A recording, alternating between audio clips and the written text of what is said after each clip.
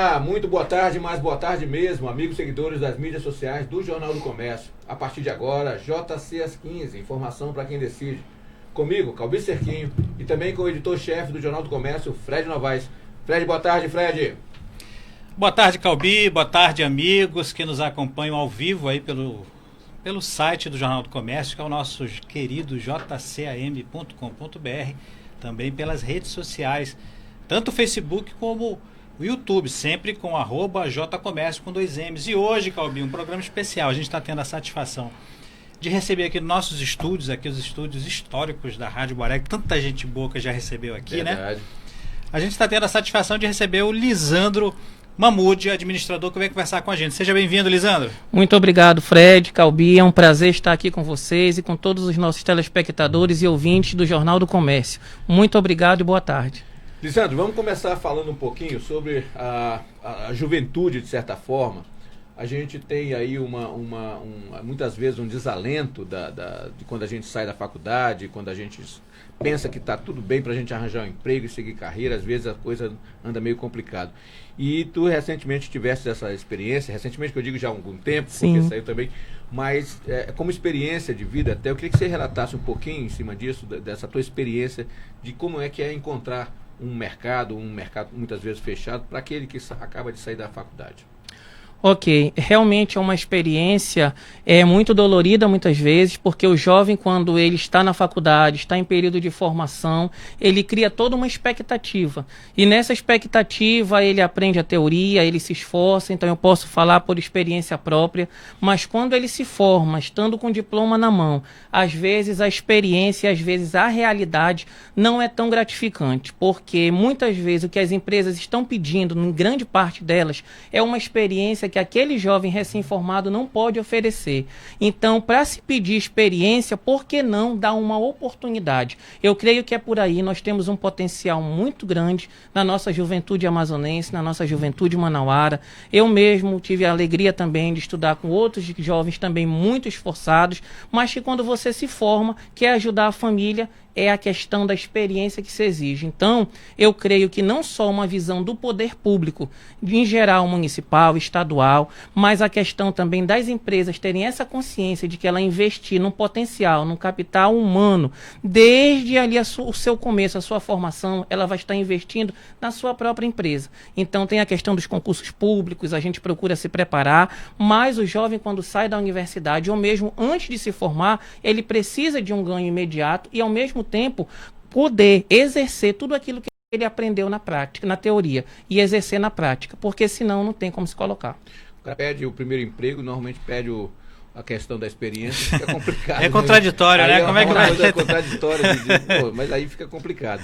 Mas eu acho que existem, né, Fred, algumas soluções para isso. Eu acho que hoje já se pensa nisso, alguma coisa nesse aspecto. Olha, se pensa, Calbi, mas eu acho que é insuficiente para a demanda, porque a demanda de novos jovens que surgem no mercado é muito grande, né? Tanto é que a prova disso são os indicadores aí do IBGE que mostram que a chamada geração nem, né, que é aquela é aquela geração do desalento. Uhum. Que não vai atrás do trabalho, também não estuda porque acha que não vai encontrar trabalho. Não vai atrás do trabalho porque acha que não vai conseguir encontrá-lo. Então, realmente, é um número de pessoas que, infelizmente, cresce muito, né? Gerando aí outro indicador que o IBGE mostra também, que é danoso para a nossa economia, que é a multiplicação da informalidade, né? Que isso pune muito a capacidade da pessoa, das famílias, na verdade, de você ter até condição de consumo, enfim, para exercer dignamente a sua vida. Agora, nós temos outro público também, que o Lisandro, eu sei que tem um vínculo e tem um trabalho em cima disso, que é a questão também das pessoas com deficiência, né? Sim. Essa questão da inclusão é uma outra dificuldade. A gente sabe que o jovem tem dificuldade para ser inserido no mercado, com certeza. Mas a pessoa com deficiência, ela encontra barreiras que começam já desde a hora que ela sai de casa. Antes mesmo dela bater no RH da vida, ou sabe-se lá onde, ela já vai encontrando já desde a calçada, por aí vai, não ter ônibus especiais, não ter uma infraestrutura urbana digna para esse tipo de pessoa. Eu queria que você falasse um pouco sobre esse desafio, né, que na verdade o poder público tem com relação à inclusão das pessoas com deficiência. É verdade, Fred, essa é uma questão que a gente encontra muito desde o tempo da faculdade. E vai tudo, escola, as cidades brasileiras em gerais, elas encontram uma dificuldade muito grande na questão da acessibilidade. Muito se fala em acessibilidade, mas muitas vezes as pessoas não sabem definir na prática. Acessibilidade é tornar a cidade, o ambiente, onde a pessoa com qualquer tipo de deficiência, ela possa fazer, se locomover, fazer suas atividades de forma plena, de acordo com a necessidade que tem. E isso que você frisou, Fred, é uma coisa assim que nós fizemos. Eu tive a oportunidade, após me formar na universidade, comecei a estagiar lá na reitoria da UFAM, depois também tive a oportunidade de servir lá à universidade enquanto servidor contratado, e eu fui o responsável pelo levantamento de quantas pessoas do ano de 2013 a 2017 com algum tipo de deficiência entravam na universidade, seja pelo PSC, o Processo Seletivo Contínuo, no caso da Universidade Federal do Amazonas, ou pelo Enem. E existe um grande número de pessoas com deficiência que são aprovados que entram, mas pasmem, é um número cada vez menor de pessoas que se formam, que terminam, justamente pela questão da acessibilidade. E esse não é um problema localizado só da estrutura da UFAM, mas reflete em toda a nossa cidade, nas grandes cidades brasileiras, mas aqui trazendo para o nosso contexto, para Manaus. Então é preciso enxergar isso com muita responsabilidade, com muito critério, e essa tem sido uma das grandes lutas da minha vida. Apesar, de novo, em todos os ambientes, eu tenho, graças a Deus, esse trabalho realizado ali, nas políticas afirmativas que pude trabalhar na UFAM, liderado pela doutora Cláudia Guerra, que é professora que labuta muito nessa causa também. Tive a oportunidade de estar ao lado dela, de trabalhar nessa causa, porque só sabe quem passa. Hoje eu tenho uma avó que mora comigo, uma das minhas avós, e ela é cadeirante. Na verdade, está na cadeira de rodas, tem toda uma complicação e só sabe quem passa. Mas antes disso, eu já tinha algo no meu coração voltado para essa área. Pessoas com deficiência visual, pessoas com algum tipo de outra deficiência. A gente tem que ter esse olhar pleno, esse olhar macro, porque elas têm muito a oferecer. Isso que você falou no mercado de trabalho, Fred, é fundamental. Nós sabemos que tem um percentual que muitas empresas, e até no concurso público, tem que deixar reservado para pessoas com algum tipo de deficiência. São 5%, não? Isso. Das vagas ou coisa? Pelo menos no concurso público com algum tipo de deficiência. Mas ainda é pouco. É preciso enxergar, não apenas como uma estatística. Essas pessoas têm muito talento e precisam se inserir, têm muito a contribuir. Não é uma deficiência física que invalida ninguém. Pelo contrário, eles são guerreiros. Eu vejo porque realmente eu acompanho, eu falo, sou testemunho ocular, e que servem de exemplo e de inspiração para todos nós. Fred, a gente tem o Lisandro está falando dessa questão das empresas que são obrigadas a contratar um percentual eu acho que com 100 funcionários tem um percentual para... Isso aí ficou parecendo assim um pouco... Eu particularmente não quando eu vejo aquelas chamadas né? Chamada para deficiência, como é que ele chama? Pessoa com deficiência. Pois é, mas é PCD, né? PCD, né, que chama. Normalmente está no jornal lá, ou coisa parecida. Rapaz, aquilo me dá um negócio assim, que aspecto dá a impressão que é uma esmola que estão dando, sabe? Uma coisa meio... Muitas meio vezes, complicado. inclusive, há um mau aproveitamento desse profissional. Pois é, é verdade. É por aí que eu ia te falar, porque o cara parece que é obrigado a contratar de qualquer maneira. Para cumprir, para cumprir a determinação, e aí contrata qualquer pessoa. Porque acha que não vai dar conta do trabalho, coloca muitas vezes numa eu acho um negócio complicado isso, cara. É complicado essa ideia, mas eu espero que a gente tenha aí, e acredito que, quer queira, quer não, a pandemia deve ensinar muita coisa aí pra gente. Talvez, não sei se vai chegar a esse ponto de mostrar a importância que tem as pessoas, o trabalho das pessoas. Mas muito disso, Lisandro, eu queria até que você analisasse disso, porque na verdade vem de uma raiz, né? Vem de uma gênese que antecede até o ingresso desse profissional PCD no mercado de trabalho, que é a questão da formação, né? Porque você percebe que já de casa já há uma cultura, né? De você, é o coitadinho, não sei o quê. Ele é tratado não como uma pessoa... Essa inclusão, ela não começa já dentro de casa, não começa já de você estimular, né? A gente vê isso também não só com... Eu não sei se pode ser incluso como PCD, mas as pessoas, por exemplo, que têm algum tipo de autismo... Isso. Também da mesma forma, muitas vezes você não desenvolve as potencialidades, né? Hoje... Já vem num crescente, né? Hoje você vê escolas especializadas, tratamentos, mas antigamente, e acho que essa cultura ainda vem muito arraigada em muitas famílias, eram vistos assim como uma pessoa que é a ser cuidada o tempo todo. Você não preparava a pessoa para a vida, né? Então, você acha que também essa inclusão ela tem que começar de dentro, e as escolas também têm que possibilitar essa inclusão de uma maneira que vamos dizer assim, esse profissional chegue lá melhor preparado para encarar realmente a vida no ambiente de trabalho? Com certeza. E Fred, você tocou numa questão que eu ia realmente falar. A gente tem que ver que tudo está entrelaçado. A educação, a inclusão, porque muito se fala hoje, e até num dos vídeos que eu gravei, eu expliquei isso nas minhas redes sociais, que se fala assim inclusão. Mas a inclusão não é você colocar numa sala lotada de alunos, colocar uma pessoa, uma criança com algum tipo de deficiência e dizer para o professor, vai e te vira.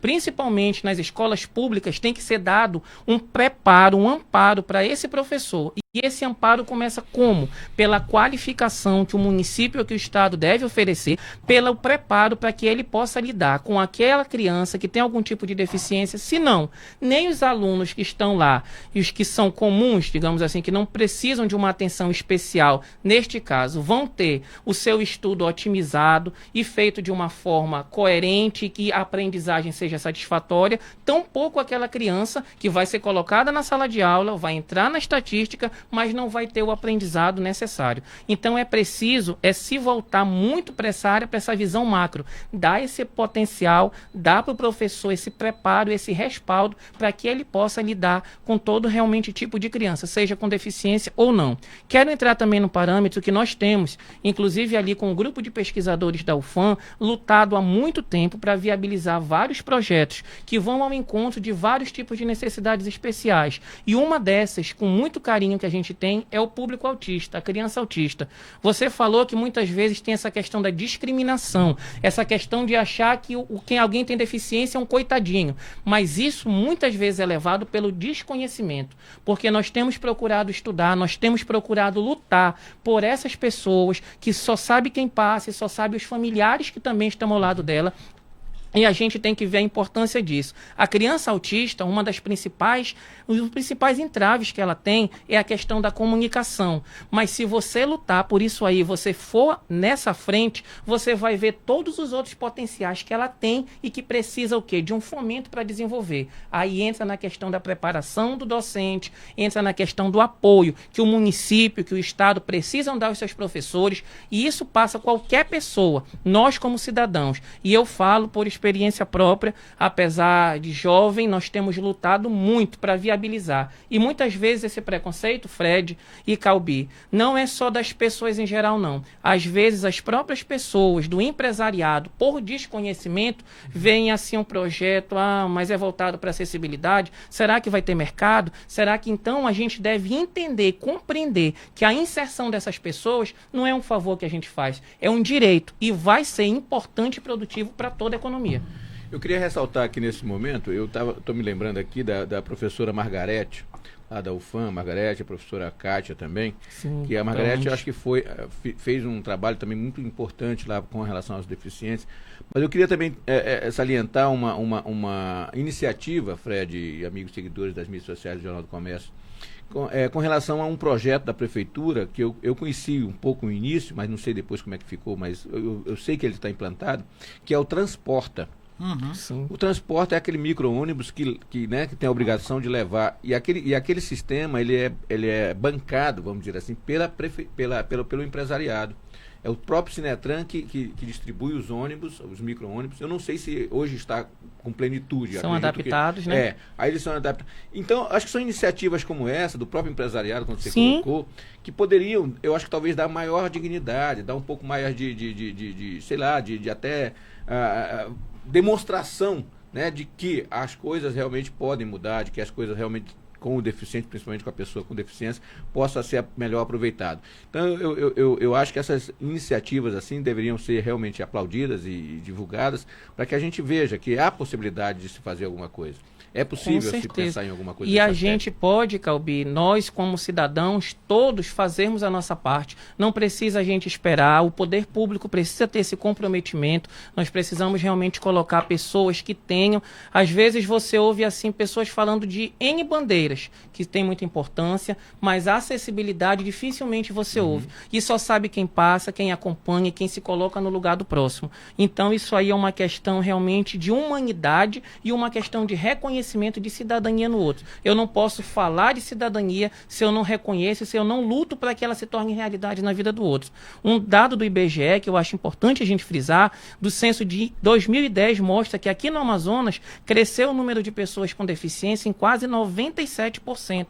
Então é um público crescente, seja com aqueles que nascem com algum tipo de deficiência ou aqueles que adquirem após um acidente ou algum intempérie na vida. Então a gente precisa ter esse olhar realmente sistêmico e esse olhar muito sensível para o que as outras pessoas estão passando. Naquela conversa com o Dr. Bernardes ontem, ele estava falando que não tem aquele levantamento de cada bairro, do que precisa, qual é o tipo de doença e tal. Uhum. De repente, quem sabe um levantamento também sobre esse público, né, Fred? Como ele está dizendo, quem nasce e quem adquire uma deficiência. A gente não tem, talvez, esses dados concretos e atualizados. Porque existe, né, aquele ditado popular que tem a sua sabedoria, que diz assim que os olhos não veem, o coração não sente. Né? E muitas vezes esse público fica um pouco oculto, né? Porque muitas vezes uma boa parte se conforma até da situação, das dificuldades, e não bota a cara à vista, e acaba que a gente não vê tanto, mas como dados como esse que o Lisandro está colocando aí, a gente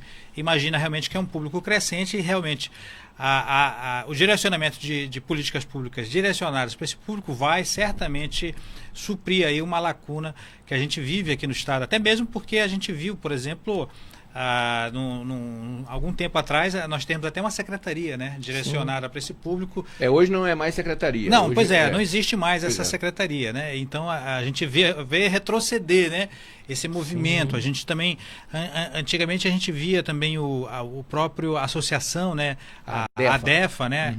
Ela muito com uma militância mais ativa, né? A gente percebia, pelo menos essa era a minha percepção enquanto jornalista.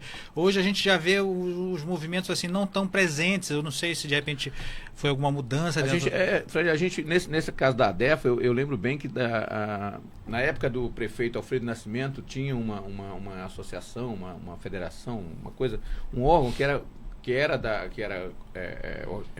dirigido pela própria primeira-dama, que ficava ali no Veralves, e ela congregava todas as outras associações de deficientes, todas as entidades, e era um negócio, rapaz, movimentadíssimo. E nessa época foi que a DEFA surgiu bastante com relação, eles fazendo aqueles cursos dentro de ônibus, né, fazendo com que o motorista se sentisse um deficiente também, para poder não ter um tipo de comportamento contra a questão da deficiência. Mas realmente eu acho que o movimento está precisando, eu acho que desse ressurgimento, até para nós mesmo, para mostrar para a gente, para toda a sociedade, de quão importância é essa população. E uma coisa que eu queria frisar ainda sobre isso, que é muito importante também, quando eu falo que tem que ter uma visão macro, uma visão sistêmica sobre essa questão da pessoa com deficiência, é porque muitas vezes você adapta uma escola, ela é toda adaptada, legal, mas e o trajeto do aluno até a escola? Então é preciso ter uma visão macro, uma visão comprometida por parte da prefeitura, por parte dos vereadores e de todos os que compõem o poder público, porque é preciso e a gente se colocar no lugar. Eu digo uma coisa, é muito importante, isso faz parte assim da minha filosofia de vida. Uma praça, um viaduto, isso aí é importante? É muito louvável, mas para mim, muito mais importante é aquilo que faz a diferença no dia a dia das pessoas. Então, por que você não pegar um percentual, seja de emenda parlamentar, seja do recurso público do Poder Executivo, para adaptar a casa de tantas pessoas que não têm condições, mas tem uma pessoa na cadeira de roda lá, colocar rampas, colocar barras de ferro? É possível? Na época da muito secretaria possível. Se fazia, né? Exato, Se tinha um programa na secretaria. Agora, muito bem, amigos seguidores das mídias sociais do Jornal do Comércio, a gente está conversando aqui com o Lisandro Mahmoud, que é um jovem entusiasta aqui, um administrador, e que está se movimentando, mostrando para a gente esse lado dessa batalha com relação, principalmente, a essas políticas afirmativas dos deficientes. Mas, Lisandro, um outro assunto também que para a gente finalizar a nossa entrevista com você, é a questão da inovação tecnológica. Você tem uma experiência também com relação a isso? Sim, nós trabalhamos lá na universidade, essa equipe de pesquisadores, na questão da inovação com tecnologia assistiva, mas a inovação de modo geral também, e já entra um pouco no primeiro assunto que nós abordamos, a questão da empregabilidade, que eu quero fazer um link agora com a questão do empreendedorismo, que envolve também pesquisa, inovação. Hoje em dia, e não é só hoje, não começou de hoje, seria hipocrisia dizer que é agora, mas os pesquisadores, pessoas pessoas muito capacitadas, dentro de universidades, inclusive, têm uma dificuldade muito grande de viabilizar projetos, especialmente nessa área de pesquisa e inovação. Aí você me diz assim, mas tem vários projetos aí já em execução. Tem, mas tem muitos mais que não conseguem financiamento, não conseguem espaço. E eu não vou aqui dizer, é culpa do empresário ou é culpa do professor. Eu creio, na minha visão, que é uma questão mais de comunicação. Talvez esteja precisando uma otimização,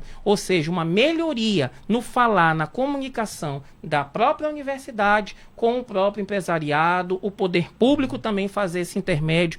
Então, assim, a pesquisa e inovação, nós temos um capital intelectual, um capital humano muito grande, nós temos pessoas muito capacitadas, seja de professores, seja de alunos, que têm essa vontade, mas muitas vezes esbarra no entrave burocrático, de muita legislação também, e muitas vezes na falta de financiamento, como eu digo, que grande parte eu atribuo a essa falta de uma melhor comunicação, tanto para o mercado, para o empresariado, entender aquela proposta e a viabilidade dela, quanto também da universidade, de alguma forma, poder se adequar para ver o que ela vai oferecer, que também venha a ser importante para todas as áreas, inclusive para o empresariado, ou saber comunicar melhor isso. Então, eu creio que essa parte da comunicação precisa ser otimizada, e o poder público tem que fazer o papel de intermediar isso aí, seja um prefeito, seja um vereador, seja um deputado, precisa, porque é interesse de todos. E que quando você está no mandato eletivo, quem é o seu patrão é o povo, então você tem que trabalhar para o povo. Isso não é clichê, não.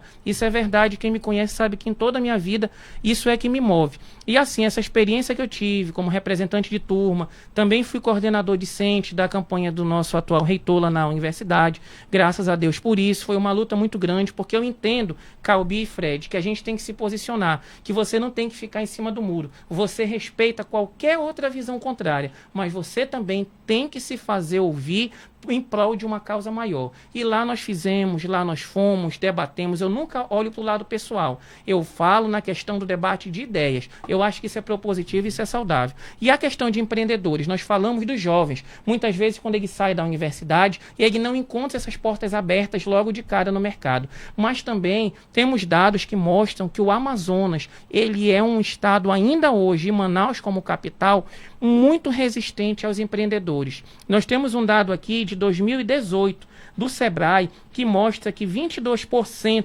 aqui até verificar para aqui, 22% do total de empreendedores no nosso estado no ano de 2018 eram jovens, com idade entre 25 a 34 anos. Sendo que um adendo muito importante, desses jovens empreendedores, muitos deles, uma boa parte, começou com uma visão ou com uma ideia inovadora antes dos 18. Mas a morte empresarial, que é um termo que se usa para o fechamento de empresas, o índice de morte empresarial no Amazonas é 33%. É o maior, porque o do Brasil, que já é grande, é 23%. Tudo segundo o Sebrae. Então, empreender, o jovem, ele poder montar o seu negócio, montar a sua startup, ter a sua ideia e aplicar, ele encontra muita dificuldade. E você diz assim, Calbi, Lisandro, eu sei disso. Realmente, ele abrir, ter um alvará, é muito difícil abrir uma empresa, a burocracia é muito grande. Mas é a questão quando ele usa só a tecnologia. Pois é, mas aí no estado a gente tem um outro entrave, que quem está aqui no nosso estado, um estado tão rico, tão belo, mas sabe que a questão da tecnologia e da logística são males que a gente enfrenta uma resistência muito grande. Que dirá para quem quer empreender, seja de forma tecnológica, seja de forma física. Então o Amazonas, inclusive esses dados levantados mostram que é um estado empreendedor, mas que não tem o fomento necessário para empreender. E aí eu quero destacar duas experiências muito legais e importantes que nós temos de duas cidades brasileiras, que inclusive foi pesquisado. Uma delas é a cidade de Campinas, em São Paulo, que o que Campinas fez? Eles aproveitaram a Unicamp, aproveitaram ali a estrutura da universidade e junto fizeram com que as empresas que estavam se recém-formando tivessem esse amparo, seja na questão de orientação da legalidade, da formação da empresa e do próprio proceder do empresário. E outra, a prefeitura também fez um programa, um sistema, ela inverteu a lógica, porque hoje se exige muita coisa de um empresário, de um futuro empresário. Ele quer quer formar empresa, ele tem que apresentar certidão disso, daquilo outro. E para um jovem empreendedor é muito complicado isso. O que eles fizeram? A lógica invertida. Eles deram também uma questão de confiança. Eles confiaram, deram um prazo, deixaram abrir as empresas para que esse jovem, depois empreendedor ou empreendedor de mais idade, fosse apresentar essa documentação. Se ele não apresentasse, aí sim sofreria as penalidades. Então, em ações como essa, tanto em São Paulo, na cidade de Campinas, quanto em Joinville, em Santa Catarina, que também criou um ambiente, uma cidade inteligente para aqueles que querem empreender, vocês terem uma ideia, em Campinas diminuiu o prazo de 180 dias para se abrir uma empresa para 8 dias. Então você vê a diferença. Hoje no Brasil, quando eu falo no Brasil, trazendo para a nossa realidade, é muito difícil empreender, é muito difícil fazer pesquisa com inovação e conseguir o financiamento. Um pesquisador dificilmente vai conseguir viver apenas com a renda da pesquisa, da inovação, porque é difícil, até essa é uma luta, não é só para pesquisar, mas é para conseguir financiamento. Então é preciso essa visão macro de todos nós, mas eu atribuo que comece com o poder público, que os nossos parlamentares, que as pessoas que estão lá tenham essa responsabilidade, seja vereador e deputado, que não é só legislar, mas é fiscalizar, ouvir as pessoas de forma que todos sejam contemplados. E o jovem, nós temos um potencial empreendedor muito grande, mas encontramos muitos entraves. Então essa parceria, universidade, poder público, sociedade em geral, tem muito a contribuir e agregar para o nosso jovem empreender, poder pesquisar, poder inovar, e aí sim a gente galgar outras chances, inclusive frente a outros países. Olha, nós só temos mais uma vez que agradecer, não é isso mesmo, Fred, ao Mamude, eu chamo Lisandro, mas eu já pensei no Mamude antecipadamente. Mas, Lisandro, obrigado mais uma vez pela tua vinda aqui com a gente, porque afinal de contas bater um papo sobre o jovem, sobre esse potencial que tem o jovem com relação a essa questão de trabalho, essa questão do empreendedorismo, eu acho que é fundamental. E a gente sempre fica muito satisfeito, né, Fred, podendo levar essas informações para realmente os nossos seguidores. Não é isso mesmo, Fred? Exatamente, Calbi. A gente percebe no Lisandro que ele é um empreendedor, né? A gente percebe até na forma de expressar, né, de tudo mais, realmente uma pessoa bem ativa.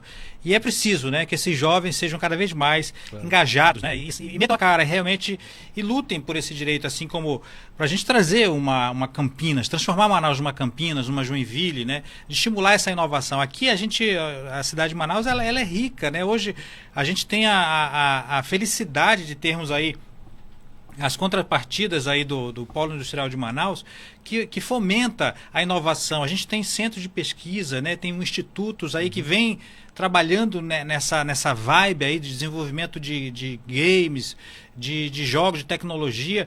Enfim, a gente tem um grande potencial, né? O polo digital que se fala, né? A gente tem uma grande potencialidade. Certamente a gente tem uma juventude que certamente tem um caminho longo para trilhar, mas eu acredito que isso tem que ser fomentado já na infância, né? A gente tem que ser educado para empreender. Eu acho que precisa quebrar um pouco esse paradigma e colocar uma nova cultura. Já temos que chamar outras pessoas, né, Fred? Os nossos amigos lá da Cefaz, para falar sobre isso. Sim, com certeza. E o que ele falou, eu acho que é fundamental também, essa questão. Primeiro, a burocracia. Muito grande. Você quebrar esse fantasma que na verdade nos engessa, né? Na verdade é como se fosse esse cipoal de leis, esse cipoal de coisas que vão praticamente nos amarrando com uma camisa de força. Isso realmente joga contra qualquer tipo de iniciativa de um empreendedor. E além disso também a dificuldade no fomento. A gente vê aí, por exemplo, a questão, por exemplo, do BNDES. O que é que vem para o Amazonas? Nada. Aqui do próprio crédito do Banco da Amazônia, que muitas vezes retorna por não ter sido aproveitado. Aí por questões que vai desde a questão da regularização fundiária, dentre outros entraves burocráticos que também engessam a atividade produtiva. Legal. Então, no final das contas, são pontos realmente muito importantes. Mas a gente tem a agradecer aí ao Lisandro por essa participação no dia de hoje, tá? E dizer que o Jornal do Comércio está aberto aqui para uma nova empreitada. Poxa, eu quero também agradecer a oportunidade, dizer que foi uma conversa muito produtiva. Muito obrigado, Fred, muito obrigado, Calbi, e a todos os nossos telespectadores do Jornal do Comércio. E deixar para finalizar uma mensagem especial, que você jovem, que você empreendedor, que você que sofre ou enfrenta muitas resistências por ter algum tipo de deficiência, que você não desista dos seus sonhos. Independente do seu credo, da sua fé, eu creio muito em Deus e peço que você coloque Ele em primeiro lugar na sua vida e que você faça a sua parte. Nós sabemos que as dificuldades são muitas, vou ter o maior prazer de voltar outras vezes, que nós temos também muitas coisas ainda para conversar e vou ficar muito engrandecido da gente poder ter essa oportunidade, mas assim que você jovem não desista dos seus sonhos, não desista de se posicionar enquanto cidadão, porque às vezes a gente cria até essa aversão, nós falamos de poder público aqui, política partidária é uma coisa, mas nós todos somos seres políticos, que política é a polis, que trata da coisa pública, e mesmo você que não vai entrar com alguma questão partidária, mas que você se posicione, que você vote consciente, que você pesquise a vida pregressa de quem você vai votar, porque isso tudo aqui que a gente falou é muito importante,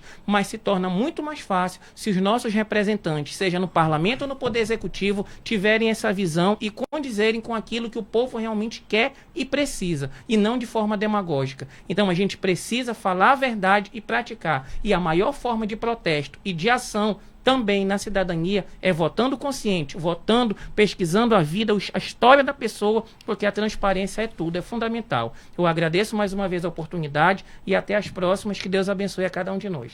Beleza, obrigado mesmo, Lisandro, e a gente agradece aí aos nossos amigos que ficaram conosco, que estão aí ligados aí no nosso JC às 15, e com certeza a gente vai voltar no próximo programa, não é isso mesmo, Fred? Exatamente, Calbi, a gente tem uma semana intensa, né? A nossa agenda está fechada. Amanhã quem é, Fred? Amanhã, se não me falha a memória, é o nosso amigo, nosso colega Humberto Amorim, que vem falar aí sobre os vinhos, né? A sua especialidade, inclusive teve durante muito tempo aí a sua coluna de vinhos aqui no nosso centenário Jornal do Comércio. É Humberto amanhã. Estou apostando aqui, se eu estiver errado...